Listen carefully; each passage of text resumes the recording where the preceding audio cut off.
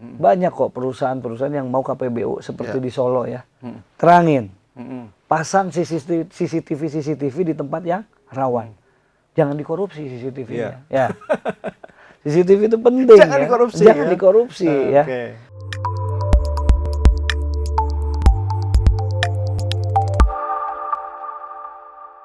Assalamualaikum warahmatullahi wabarakatuh. Apa kabar Tribuners? Kami harap Anda selalu sehat dan bahagia.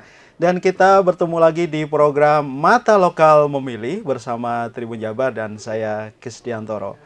Tribuners, hari ini kita akan berbincang dengan tokoh muda Kota Bandung yang kaya akan prestasi dan memiliki cita-cita yang mulia untuk membangun Kota Bandung yang lebih baik.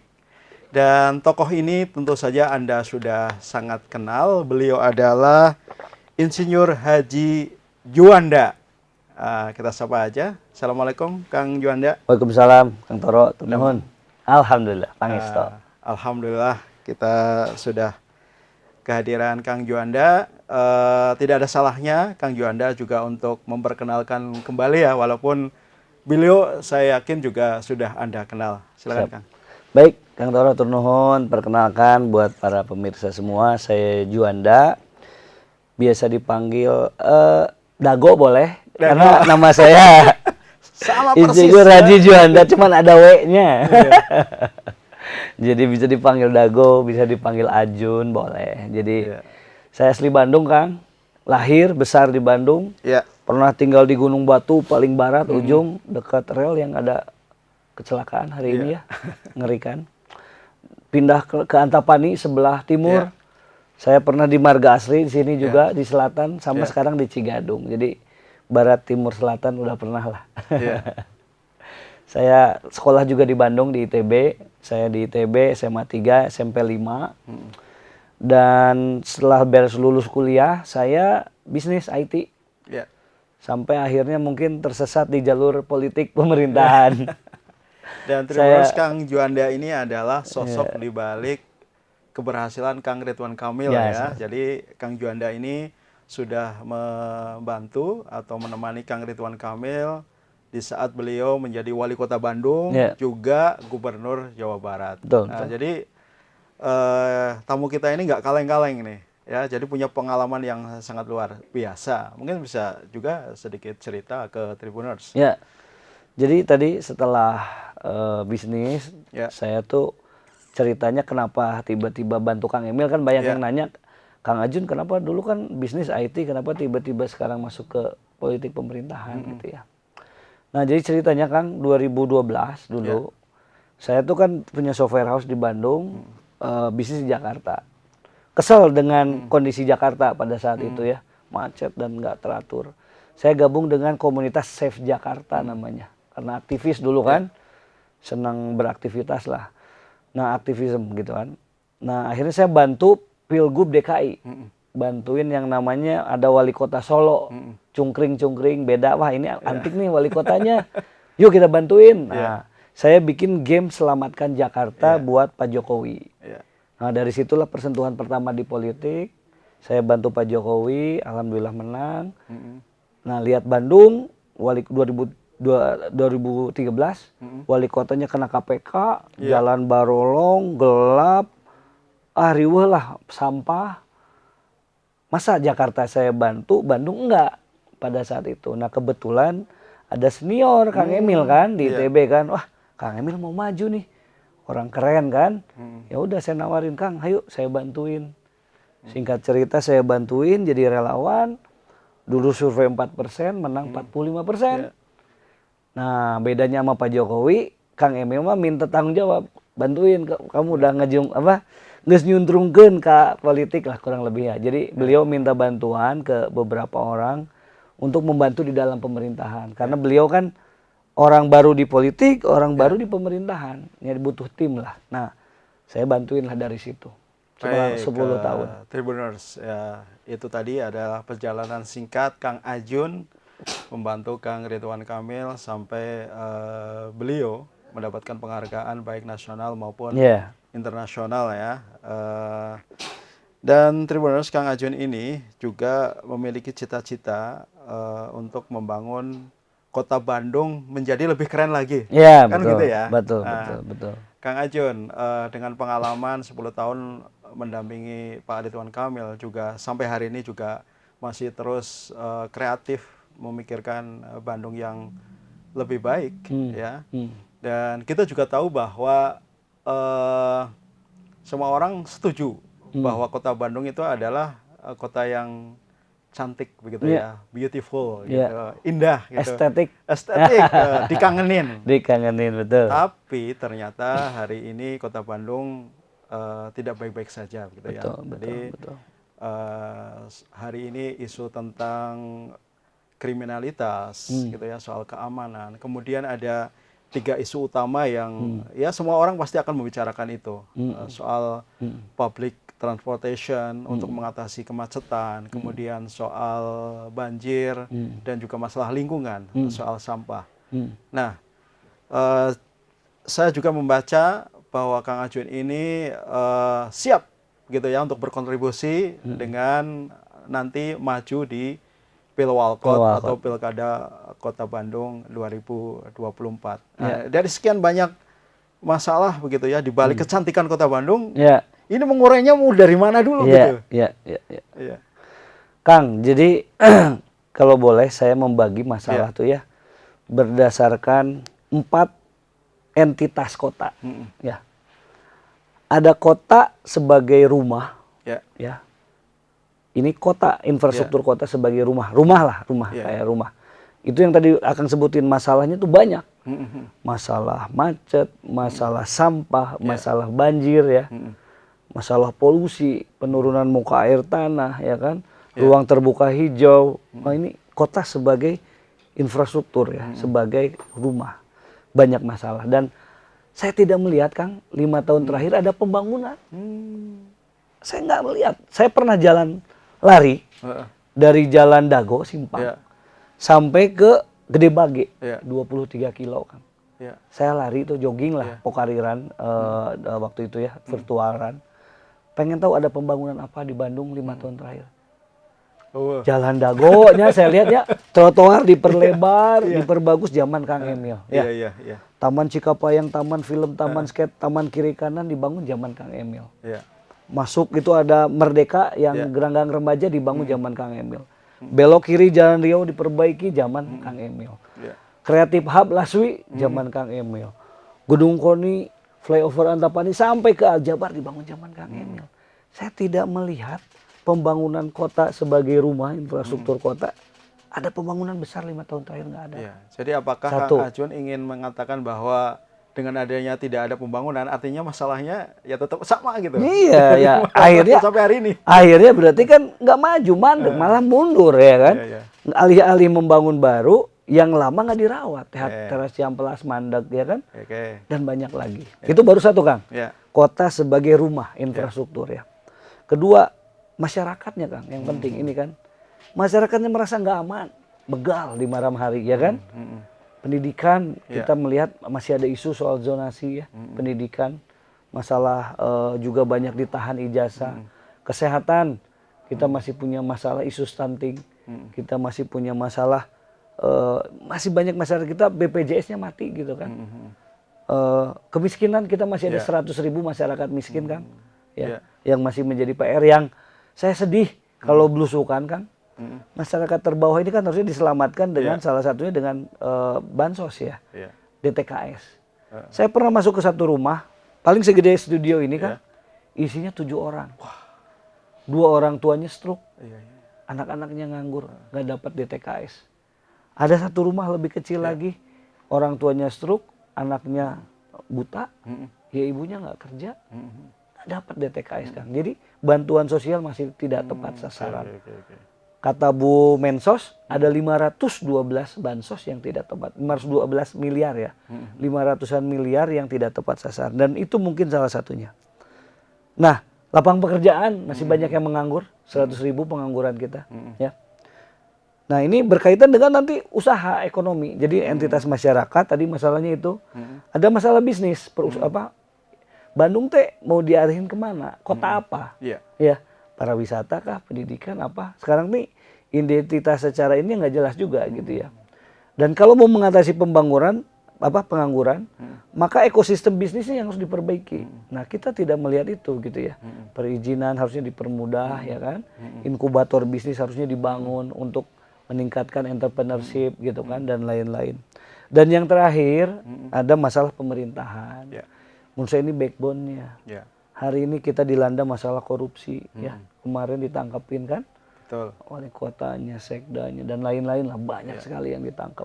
Dan saya juga sedih melihat data Kang, pajak pendapatan kita kan turun Kang dari 5 tahun terakhir. Di saat kota-kota lain naik. Misalnya kota Surabaya, Jakarta, Medan, ya kan ya, naik semua. Kita turun dari Kang Emil 1 triliun PAD naik ke 3 triliun, 3,3, turun ke 3,2. Di saat yang lain naik. Saya mensinyalir ada 1-2 triliun pendapatan yang hilang. Belum lagi belanjanya Kang. Belanja infrastruktur rendah, kebanyakan belanja pendukung. Udah gitu pengadaannya terlalu banyak, pengadaan langsung. 1,2 triliun tahun 2022, pengadaan langsung. Jadi ya birokrasinya korup, pelayanannya mungkin lambat gitu kan.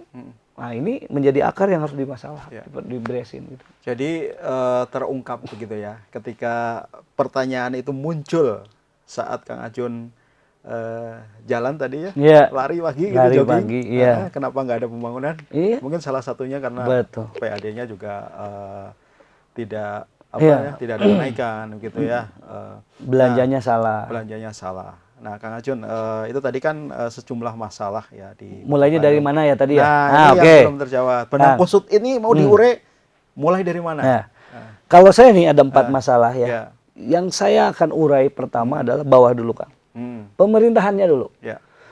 Kota ini harus punya pemimpin yang turun ke lapangan ya.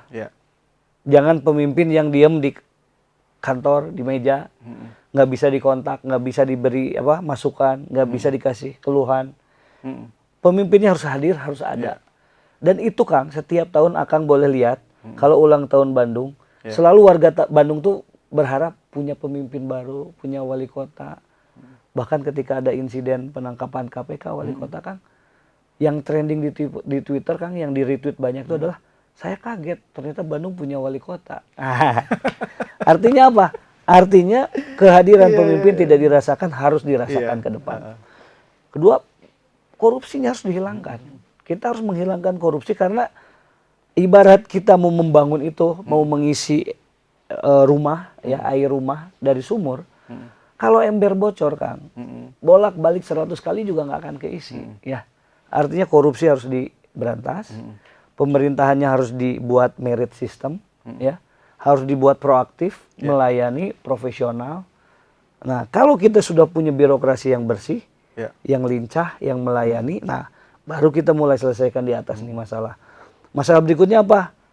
Berantas pungli Kang. Karena itu pungli-pungli dimanapun ya, perizinan pungli itu. Karena pungli perizinan itu akan mempermudah usaha nanti makin bagus, pengangguran akan berkurang. Itu satu ya. Nah, lalu kita masuk ke isu perkotaan Kang. Nah, isu perkotaan ini yang harus segera kita beresin menurut saya satu sampah. Karena masalah sampah ini sudah mengganggu kesehatan, masalah sampah ini juga mengganggu pemandangan yang nanti bisa impactnya ke pariwisata, ekonomi ya. Betul. Jadi saya ingin membereskan sampah. Dan contohnya banyak negara berkembang yang berhasil menyelesaikan masalah sampah. Kita cukup nothing new under the sun Kang. Nggak usah kita aneh-aneh, pelajari kota mana yang berhasil. Negara berkembang yang apple to apple. Indore City India 3 juta penduduk bisa kok tanpa TPA, TIR. Curitiba 2 jutaan penduduk bisa gitu ya. San Fernando paling dekat Filipina bisa gitu kan. Kita tiru aja pengelolaannya ya. Itu satu sampah. Setelah sampah baru ya kemacetan, karena ini yang menjadi problem juga. Karena macet itu ekonomi biaya tinggi, polusi udara, stress level gitu ya. Multipliernya banyak gitu ya. Jadi kemacetan harus diselesaikan, sampah harus diselesaikan. Ini yang paling urgent hari ini ya kalau menurut saya. Selebihnya ya tentu banjir gitu kan, kita harus bereskan.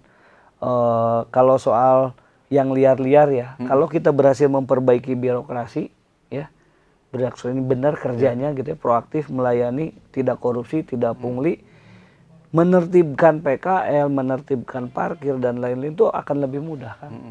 Kalau pemerintahnya udah benar. Karena kalau pemerintah benar, kita bisa mengajak kolaborasi masyarakatnya. Ya. Gitu. Betul. Untuk menyelesaikan masalah. Nah, Kang Ajun ya, ini dari sekian banyak masalah ya, mungkin bisa sedikit cerita begitu ya, untuk mengurai satu di antara sekian masalah. Katakanlah misalnya terkait dengan masalah sampah, Boleh. begitu ya, Kota Bandung Ya. gitu ya. Nah, sampai hari ini kan itu masih jadi masalah ya, Betul. ketika apa TPA ya di tempat lain tidak bisa lagi menampung sampah Kota Bandung, kelimpungan lagi tuh. Nah, apakah penanganan hari ini sebenarnya ada loh yang lebih efektif gitu. Misalnya sampai ke tingkat RT RW, itu sudah sampai ada sentuhan ke situ atau enggak sehingga warga merasa tergerak ikut terlibat. Baik, Kang, kalau masalah sampah kita harus menangani secara holistik. Ya. Kalau tadi mungkin 5 lah ya, saya bilang ya, yang harus kita perbaiki. Pertama, Kang, dari anggaran dulu, ya, karena selama ini anggaran kita hanya fokus untuk mindahin sampah, ya.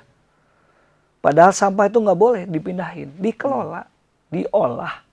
Jadi kita harus membuat pusat-pusat pengelolaan sampah. Ya. Bayangkan, Kang, sampah kita 1.500 ton per hari ya. Yang paling problem itu adalah sampah organik, 900 ton per hari. Kapasitas pengolahan kita cuma 30 ton, ya, kecil banget. Ya, jadi satu harus ada political will. Salah satu political will diturunkan dengan apa? Satu, dibuat aturan yang jelas, bikin perencanaan yang jelas. Kedua, sediakan anggarannya. Berikutnya tata kelola, Kang. Tata kelola sampah kita harus perbaiki. Kita harus ngambil sampah sampai ujung, sampai last mile, sampai rumah. Hari ini pemerintah cuma ngambil dari TPS ke TPA, dari rumah ke TPS masing-masing. Ini problem. Karena akhirnya apa? Akhirnya ada yang buang sampah di sungai, ada yang di pinggir jalan, ada yang buang sampah udah dipisah disatuin lagi. Uncontrollable, unorganized. Karena pemerintah tidak hadir di last mile ini. Jadi ke depan pemerintah harus masuk ke dalam ya. Harus sampai rumah ke rumah. Dan itu bisa?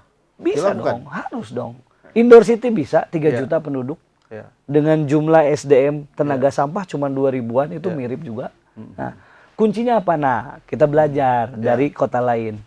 Apa kehebatan Indoor City? Satu, Kang, pertama, masyarakatnya aturannya jelas, tegas. Bahwa sampah itu harus dipilah dari hulu. Ya. Rumah tangga di-trigger untuk memilah sampah, Kang. Dan di India, Kang, kalau ada rumah tangga yang tidak memilah sampah, di-stikerin, Kang, stiker merah. Ada stiker hijau buat yang taat, yang merah yang nggak taat. Pengangkutan diambil dari rumah, Kang. Alat pengangkutannya, gerobaknya, udah dipilah. Di awal mereka cuma wet and dry, 2 doang. Sekarang udah dibagi jadi 7. Di awal mereka mulai itu cuma sampah basah, sampah kering. Organik, anorganik. Gitu ya. Diambil dari ujung gitu ya. Nanti mereka ada 6 transit system, dipilah-pilah. Ada mesin sorting lah ya, yang memilah gitu ya. Baru nanti akan ada pusat pengolahan, recover material center. Nah, hebatnya India satu, ada sistem social punishment ya. Terus juga ada sistem reward and punishment-nya. Contoh di ini, Kang, di Curitiba. Masyarakat bawah yang bisa memilah sampah, bisa menukar sampahnya yang sudah dipilah dengan sembako, Kang. Dengan sayuran, dengan kayak gitu. Nah, jadi dikasih insentif ya. Sedangkan untuk yang di atas, yang menengah atas perusahaan, kalau dia melanggar tidak memilah, harus ada sanksi tegas gitu. Terus juga yang menarik di Curitiba dan di India, sekolah, Kang, dijadikan alat untuk edukasi. Masukkan kurikulum 3R, Zero Waste ke dalam kurikulum sekolah. Sehingga mulai dari anak-anak sampai ibunya terlibat untuk memilah sampah gitu kan. Gitu. Jadi solusinya itulah kurang lebih. Tribuners, kalau kita ngobrol sama anak muda, bukan anak muda, orang muda gitu ya, ide kreatifnya banyak. Jadi artinya sebenarnya problem di Kota Bandung ini ada solusinya, tinggal bagaimana mengeksekusi berarti. Betul, betul. Contohnya udah ada. Contohnya sudah ada. Tinggal tiru aja menurut saya. Tiru aja. Satu lagi Kang Ajun ya, mungkin pendek saja ya, terkait problem kota gitu ya, yang hari ini sedang trending gitu ya, soal keamanan, soal kriminalitas gitu ya. Ini kan geng motor di mana-mana sampai ada isu kasus geng motor yang hari ini nggak berhenti-berhenti itu kan. Betul, ini bahkan Bandung dulu pernah ramai disebut sebagai Gotham City. Iya benar. Itu gimana Kang, nih? saya tuh mirisnya. Iya. Bandung disebut Gotham City, kota yang kriminal, tidak aman. Padahal kalau kita cek Google di Wikipedia, tahun 90 Bandung itu masuk sebagai kota teraman di dunia versi majalah Times. Ya. Jadi agak sedih ya, 30 tahun kita dari teraman menjadi Gotham City gitu kan, sedih ya. Nah solusinya apa sih? Nah ini memang perlu kolaborasi ya. Kolaborasi pemerintah, kepolisian, dan warga ya. Dari pemerintah dulu, kita harus buat fasilitas publik kita terang. Nggak boleh ada jalanan yang gelap ya. Kita harus terangkan semua lampu-lampu. Kalau nggak ada anggaran KPBU kan. Banyak kok perusahaan-perusahaan yang mau KPBU seperti di Solo ya. Terangin. Pasang CCTV di tempat yang rawan. Jangan dikorupsi CCTV-nya. Ya. CCTV itu penting. Jangan dikorupsi. Jangan dikorupsi ya. Pasang di tiap titik-titik rawan, ada lampu CCTV. Bikin panic button yang zaman Kang Emil. Bikin aja panic buttonnya yang nempel misalkan ke safety zone ya. Itu ada di Korea tuh ya. Kalau kita lihat di daerah yang rawan ada spotlight, ada lampu, ada CCTV, ada button panic button ya. Itu peran pemerintah yang pertama. Nah, nanti kolaps dengan polisian untuk Prabu. Tapi polisi juga kan terbatas ya. Kita libatkan masyarakat. Gimana caranya siskamling gitu ya, atau pengamanan mandiri masyarakat itu gotong royong ada hadir. Kita libatkan ormas kayak XTC dan lain-lain gitu ya, yang mereka kan ormas kepemudaan yang mereka justru harus dilibatkan gitu ya. Karena kalau mereka terlibat, karena by data katanya Kang, banyak pelaku begal gitu-gitu ya, itu tuh dari luar kota Bandung. Nah, dari orang kota Bandung mah sedikit gitu ya. Nah, jadi masyarakat kita harus libatkan ya, ormas-ormas, kita harus libatkan dalam forum jaga lembur lah, nama jangan Kang Emil gitu. Baik, Tribuners, jadi untuk menjaga keamanan kota, yang pertama tadi kita headline ya, soal menciptakan titik-titik kota yang terang gitu ya. Betul. CCTV-nya jangan dikorupsi. Nah, Kang Ajun, banyak sekali ya Tribuners gagasan-gagasan Kang Ajun untuk membangun Bandung lebih baik ya. Ada di antaranya terdokumentasikan di buku karya Kang Ajun ini ya, saat beliau mendampingi Kang Ridwan Kamil di Kota Bandung dan Jawa Barat. Nah, Kang Ajun, untuk mewujudkan cita-cita mulia ini, tentu harus ada perahu untuk sampai ke sana gitu ya. Betul, nah, betul. Ini mungkin Kang Ajun juga harus cerita nih, ya, perlu cerita perjalanan politik Kang Ajun ya, untuk menjadi wali kota Bandung. Nah, ini seperti apa penugasan dari Partai Golkar, kemudian komunikasi dengan partai-partai politik lain, sehingga di sisa waktu sebulan atau 2 bulan ini ya, menjelang Agustus nanti ya. 2 bulan. 2 bulan berarti kan Kang Ajun bisa masuk ke sana. Baik. Ya Kang, jadi ikhtiar saya ingin memperbaiki Kota Bandung, tentu cara paling efektif harus masuk ke politik ya. Nah, alhamdulillah saya memang ketika Kang Emil masuk ke Partai Golkar, saya diminta membantu oleh beliau. Jadi saya sekarang tuh Wasekjen DPP Partai Golkar. Wakil? Wasekjen, Korbit bidang penggalangan pemilih. Jadi Wasekjennya Kang Emil ya di DPP. Nah, maka langkah pertama tentu setelah saya membulatkan tekad adalah mendaftar di Partai Golkar. Dan saya per 3 Juni kemarin, sebulan lalu, sudah diberikan surat tugas dari Partai Golkar untuk maju sebagai bakal calon ya. Ada 6 total yang bakal calon, saya salah satunya.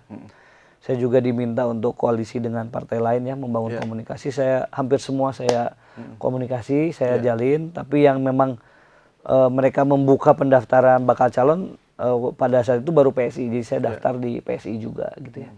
Jadi yang sudah saya resmi mendaftar ke Partai Golkar, partai saya juga mendaftar ke PSI. Kalau komunikasi hampir dengan semua partai saya sih komunikasi ya.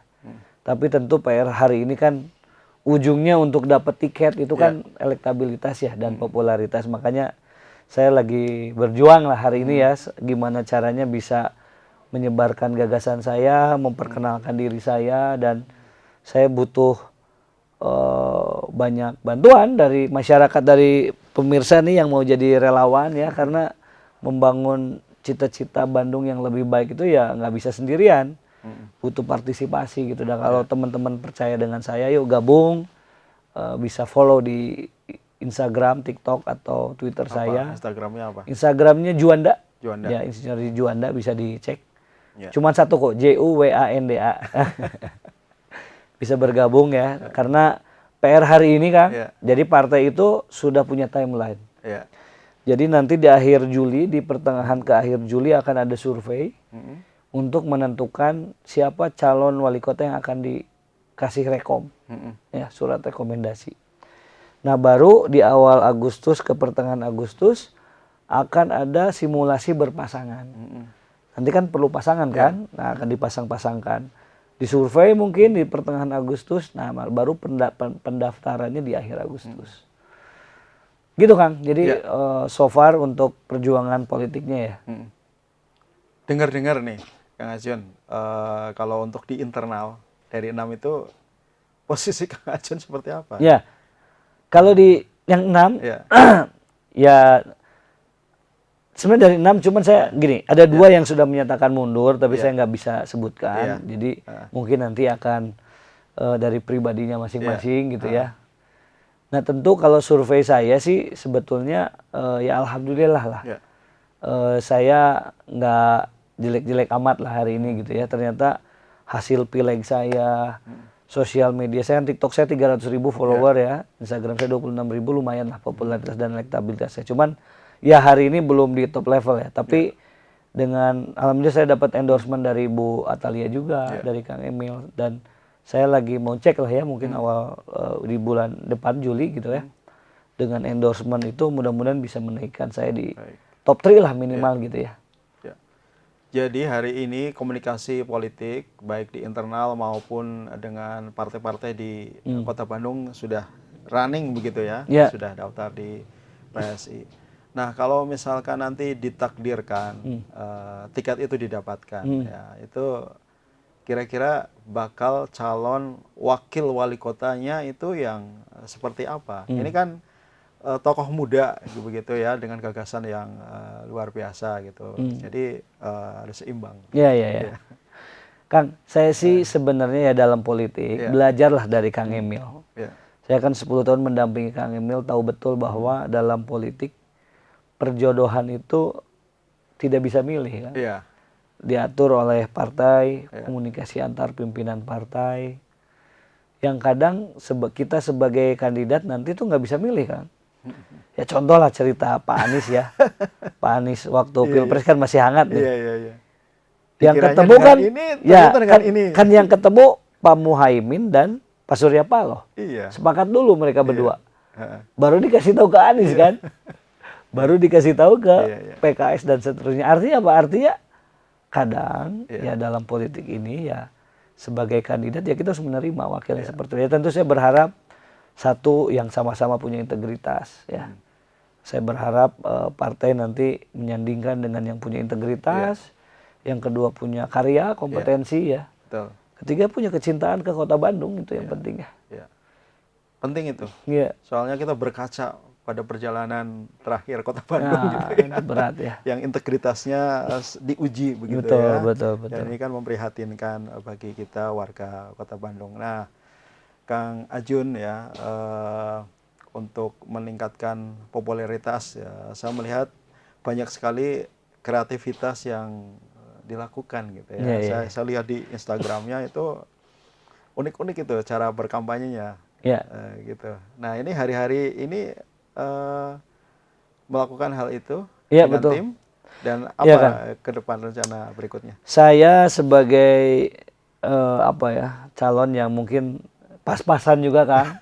Saya bukan konglomerat 10 tahun mendampingi Kang Emil, saya kan lempeng-lempeng aja ya, nggak proyek, nggak ngambil sana sini gitu ya. Jadi hampir semua dana kampanye juga urunan, gotong royong, banyak dari sumbangan-sumbangan. Saya tuh banyak tim ya Kang, dalam produksi konten dan lain itu relawan Kang, kebanyakan gitu ya. Jadi dengan resource terbatasnya saya harus kreatif. Dia harus memutar gimana caranya saya bisa mempopulerkan diri secara kreatif, dan saya percaya sosial media itu kunci bagi saya ya.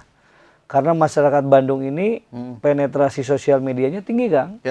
Hampir lebih dari setengah penduduk sudah punya akses terhadap sosial media gitu ya. Which is itu kue yang sangat besar, dan saya lihat juga kandidat lain tidak main gitu ya. Jadi saya strong pointnya di situ, jadi saya maksimalkan lah di situ. Jadi membaca gitu ya, Bandung yang kreatif gitu ya. Ada peluang di situ dan memang. Dan ini belum semua Kang. Nah, amunisi saya akan banyak diluncurkan. Masih ada yang disimpan di minggu-minggu ke depan. Pokoknya saya akan banyak gebrakan. Nanti teman-teman Tribun bisa ikut lah, bisa ikut lah. Pokoknya beda dari yang lain lah pokoknya. Baik, Tribuners, kita ya banyak sekali perbincangan yang ya menarik gitu ya untuk kita lanjutkan bersama dengan Insinyur Haji Juanda ya, yang akan mencoba membangun Kota Bandung menjadi lebih keren. Nah, Kang Ajun, kita sudah di penghujung podcast ini ya. Barangkali ada sesuatu yang juga perlu ditegaskan atau disampaikan ke warga Kota Bandung tentang Bandung atau tentang Kang Ajun. Silakan. Sini? Oh ya, sini ya. Warga Bandung, Bapak Ibu Akang Teteh semua, hari ini Bandung sedang ada di persimpangan. Kan ada pemilihan yang sangat penting yang menentukan kota kita, pemilih pemimpin ya. Kita merasakan bahwa perbedaan pergantian pemimpin 5 tahun terakhir dengan 10 tahun itu sangat signifikan. Merubah pemimpin, merubah pola tata kota, merubah pembangunan. Jadi ini pilihan ada di Bapak Ibu semua ya, apakah di persimpangan ini kita akan tinggal diam, melihat kota kita semakin banyak masalah, semakin banyak problem ya tadi ya, sampah, macet, banjir, begal, dan lain-lain, atau kita mau turun tangan. Kita mau turun tangan, kita bereskan semua masalah-masalah ini dan kita ikut terjun untuk membereskan, dan salah satunya adalah di momentum politik ini jangan sampai Bandung mendapatkan pemimpin yang tidak qualified lagi, integritasnya kurang bagus ya, tidak punya kompetensi, tidak punya visi. Kita harus berjuang gimana caranya Bandung ke depan menjadi Bandung yang unggul, nyaman dan sejahtera dengan cara gimana? Dengan cara memilih pemimpin yang tepat. Bagi Bapak Ibu yang merasakan keresahan yang sama dengan saya, yuk bergabung dengan saya menjadi wali kota Bandung, warga peduli kota Bandung ya. Jadi kalau teman-teman mau jadi warga peduli kota Bandung, wali kota, bisa yuk sekarang gabung dengan gerakan yang saya buat, join di Instagram saya atau TikTok saya, kita gerak bareng-bareng ya. Terima kasih. Baik, Tribuners, itulah tadi obrolan saya dengan Kang Haji Insinyur Juanda. Saya garis bawahi lagi ya, bahwa beliau ingin membangun kota Bandung menjadi Bandung yang lebih baik ya, dengan Bandung yang ramah dengan warganya, dan beliau mengajak Anda sekalian untuk beberes Bandung, jadi bergerak turun ke lapangan, tidak hanya tunjuk tangan. Betul. Begitu ya. Dan kalau Anda cinta Bandung, maka itu adalah tagline yang sangat tepat ya, bergerak bersama membangun Bandung yang lebih baik. Terima kasih Anda sudah menyimak obrolan kami di Mata Lokal Memilih bersama Tribun Jabar, dan saksikan untuk program Mata Lokal Memilih berikutnya. Terima kasih. Assalamualaikum warahmatullahi wabarakatuh. Waalaikumsalam warahmatullahi Terima wabarakatuh. kasih Siap. Kang Ajun. Turun, Kang Doro. Sukses. Siap. Amin, amin, amin. Download Tribun X sekarang. Menghadirkan lokal menjadi Indonesia.